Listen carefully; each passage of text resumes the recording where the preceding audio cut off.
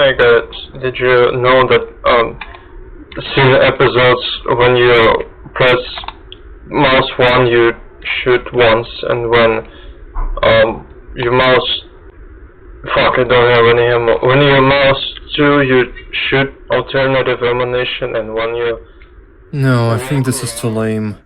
People probably know all of this from the Steam guides anyways. I need something more interesting.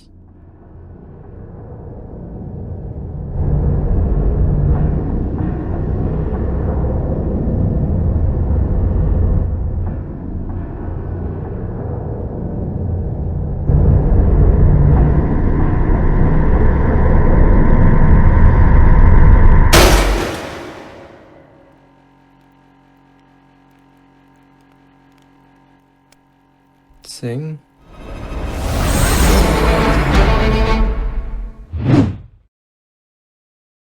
This episode will be a short one, because we just have a few more topics to explore before we'll get to the final 5th one. I want to begin with some things that I missed out on from the previous episode. You know Max Payne? Yeah, me neither. I don't know how I missed out on this, but big thanks to Almanack from our Discord server, link in the description, for sharing their finds with me. SiN episodes, just like the switchable flash grenade, has a variable that is disabled by default, and it's diving, like in Max Payne. To enable it, you need to type dive enabled 1 in the console, and by double pressing the jump button, you dive. You can also bind your keys to dive left or to right, and combining this with regular diving is just begging to be a new speedrun strat. And if it was finished, then perhaps it would have been a very cool mechanic. But, as Almanack put it, they couldn't make AI properly respond to this. Probably the least interesting and the least finished thing of all that I've shown is the DNA scanner. Michael Russell told me that it is an interactive prop that was used in the U4 lab, but was cut for calendar pacing. We don't have a model for it, and it's hard to tell how exactly it was supposed to work. But something similar can be found in SiN 1's U4 lab section.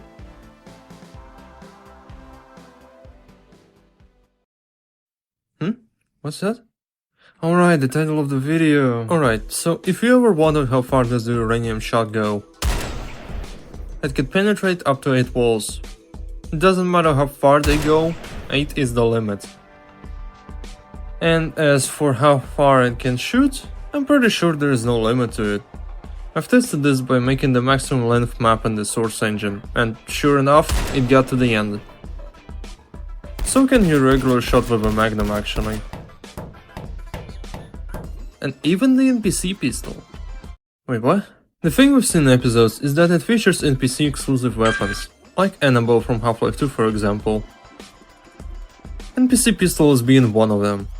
It was featured on a lot of the concept arts, and only NPCs can use it. From the naming of the textures and that most of the gun's presence was on the arts with Jessica, it was probably meant to be like Alex's gun, a weapon that is exclusive to our companion. And if you thought that 3 weapons isn't enough in the game, we can remove the no player pickup flag in the weapon script file and have fun with this gun. But it's pretty much one-to-one with the regular Magnum. I wish we got to use Radek's golden pistols instead. As for the SMG, it's a similar situation. It's an assault rifle, but only used by Jessica. And even titled as Jessica's SMG in the weapon script file. Unlike the NPC pistol, you cannot give it to yourself in-game. Even with the removed flag, it will just crush it. The chain gun, also known as the SiN gun, has this issue too. We can't pick it up without a crash. It's only used by the SiN elite soldiers. And if you ever wondered why they explode on death, it's just a very smart explanation on why you can't get their guns after you kill them. Chain gun troopers originally were just going to have their guns explode. We didn't have the time to create and balance the chain guns as an equipable weapon. The idea was that the chain guns would be part of episode 2 as something you would get. A lot of us were complaining that it seemed weird that the guns would explode, but the upper half of the guys wouldn't. Our art team and our programming team did a lot of work to go through and get it so the upper half of the body would blow up using the same technique that was used for the head giving on the SiN troopers. It was added in order to make the guns exploding have more heft to them. Unfortunately, we also had to remove that in the German release. Episode 2 had another weapon plant that was essentially an electro gun from the cancelled Arcane Studios Ravenholm game. This gun could take energy from one object and get it to the other. Isn't this wild that they come up with this stuff way before Arcane did? Or didn't? Coming back to the previous part of the series again, we actually get to see what's potentially a cut rocket launcher weapon, as well as the early prototype footage of the game. I would say that this footage was recorded somewhere in late 2005 or early 2006.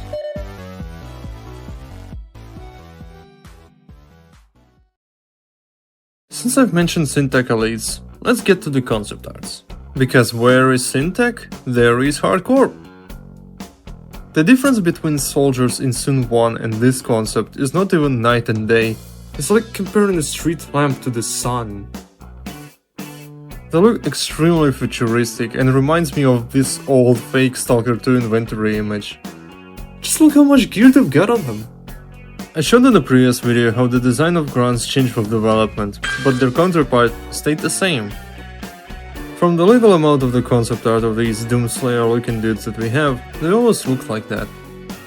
We even have an art of one of them without a helmet. Maybe it was some kind of SiN commander. If you want to check more of the different design ideas for grunts and mutants, you can check the Roberto Alejandro Gonzalez ArtStation page that has 52 different artworks made for the game. It even has some familiar faces. On one of many publicly released concept arts, we can also find the gravity grenade concept. Grenades act more as a black hole, sucking in all these objects and bad guys, then crushing them in a black hole. First, a wave of energy spreads out and suspends these objects and bad guys in mid-air along with ripping tile and rubble from the ground. Also ripping hinges off doors. All of this happens in a bullet time fashion. Then time speeds up and crushes everything in a black hole. The polarity can also be reversed, pushing objects outward, making it a versatile tool for solving puzzles. Out of renders that were shown from the time of SiN Reborn, we had a blade, an axis, and this. The last render always reminded me of some kind of engine, but this actually is the cut enemy idea, called Sister, aka Big Fatty. This design looks similar to the Mancubus from Doom series. We also have this gift from the SiN Reborn era, of a weapon that could transform itself into a sniper rifle. And knowing that a similar weapon was cut from episodes, it probably looked like this concept. The GIF itself is called Legion Tech _ weapons. You might be thinking, what the hell is Legion Tech? We have SiN Tech, we have Hardcore, we have the Cartel, hell we even have Arch 13, but Legion Tech? To be short, it's a company that slowly evolved into SiN Tech in the world of the game, with many interesting bits and pieces that were made to promote Reborn and episodes. But this is a rabbit hole that I'll explore in the next part of SiN Files. Trust me, it deserves its own section. Blade's design from Reborn looks like a complete overhaul of the whole character.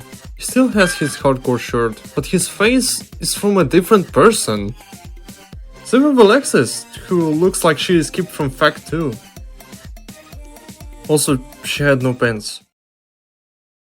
Why? She had a long hair version at some point in development of episodes, but all we have left of it is the model preview in the Day 1 version of the game.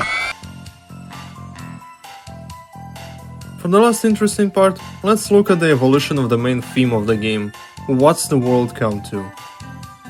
In the first part, I showed the 2006 trailer that had a slightly different version of the song, but we actually have a few seconds of the first demo. It was shown in GDC 2007 by Zach Pellica himself. So anyway, here's that rough version. What's the world come to when bullets are all that you can't understand? What's the world come to when all that I touch will be full? So that's a rough version, and everything in there is. On his talk, he also mentions podcasts. Ritual had their own. It was a part of the release celebration of the game, but right now is mostly lost media. It had its own episode dedicated to making this theme song, and thankfully we have the similar presentation given at GDC. I highly recommend to take a look at it. I've uploaded it to my channel alongside this video with subtitles for easier understanding. It's an interesting deep dive into a song that outlived the game it's being from. And on that note, that's it. The next two parts will be final ones, unless someone will nuke me with even more stuff from the development of the game.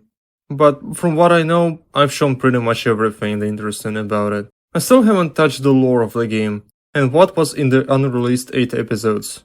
You will get all that and more in the next videos. Although, the next video will not be about SiN, and the reason is simple. I don't want this channel to become a SiN channel. I want it to be my channel. There are plenty of different topics to come in the future.